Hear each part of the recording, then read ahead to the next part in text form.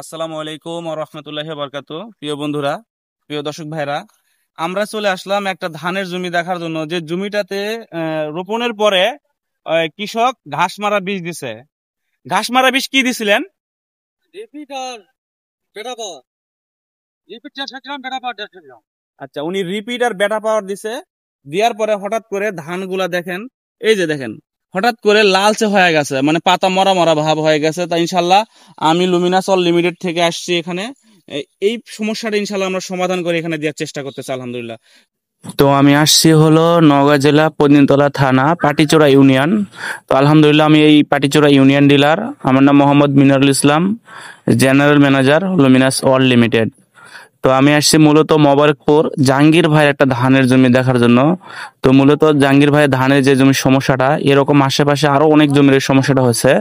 তো আগে আমরা জাহাঙ্গীর ভাইয়ের জমিটা ঠিক করব, তারপরে আশেপাশে যে জমিগুলো আছে সেগুলো আমরা সমাধান দেওয়ার চেষ্টা করবো ইনশাল্লাহ। ভাই দিছি হলো মিরাকেল গ্রোথ আর মাল্টিজিং দিয়ে গেছে আলহামদুলিল্লাহ। এই যে পাতাটা যে হঠাৎ করে হলুদ হয়ে গেছে, এই অর্ধেক সবুজ অর্ধেক হলুদ হয়ে গেছে, আমরা এটা সমাধান করবো ইনশাল্লাহ। সবাই আমাদের পাশে থাকবেন এবং দোয়া করবেন ইনশাল্লাহ। আমরা এই ভাইকে দিয়ে গেলাম হলো মিরাকেল গ্রোথ আর আমাদের কোম্পানি মাল্টিজিং। যে মাল্টিজিং হলো মাটির যে অনুখাদ্য, এই অনুখাদ্যগুলো মাটিতে শর্ট পড়ে গেছে, আমাদের জিঙ্কস, তারপরে বোরন 10টা শর্ট শর্ট পড়ে গেছে। কারণ একটা মাটি রেস্ট কখনোই পড়ে না, একটার পর একটা ফসল হতেই থাকে। হওয়ার কারণে মাটিটা পর্যায়ক্রমে মাটির যে একটা ধারণ ক্ষমতা এটা নষ্ট হয়ে যায়। নষ্ট হওয়ার কারণে আস্তে আস্তে মাটির যে বিষক্রিয়া হয়ে যায়, বিষক্রিয়া হওয়ার কারণে এইরকম রোগগুলা দেখা যায়।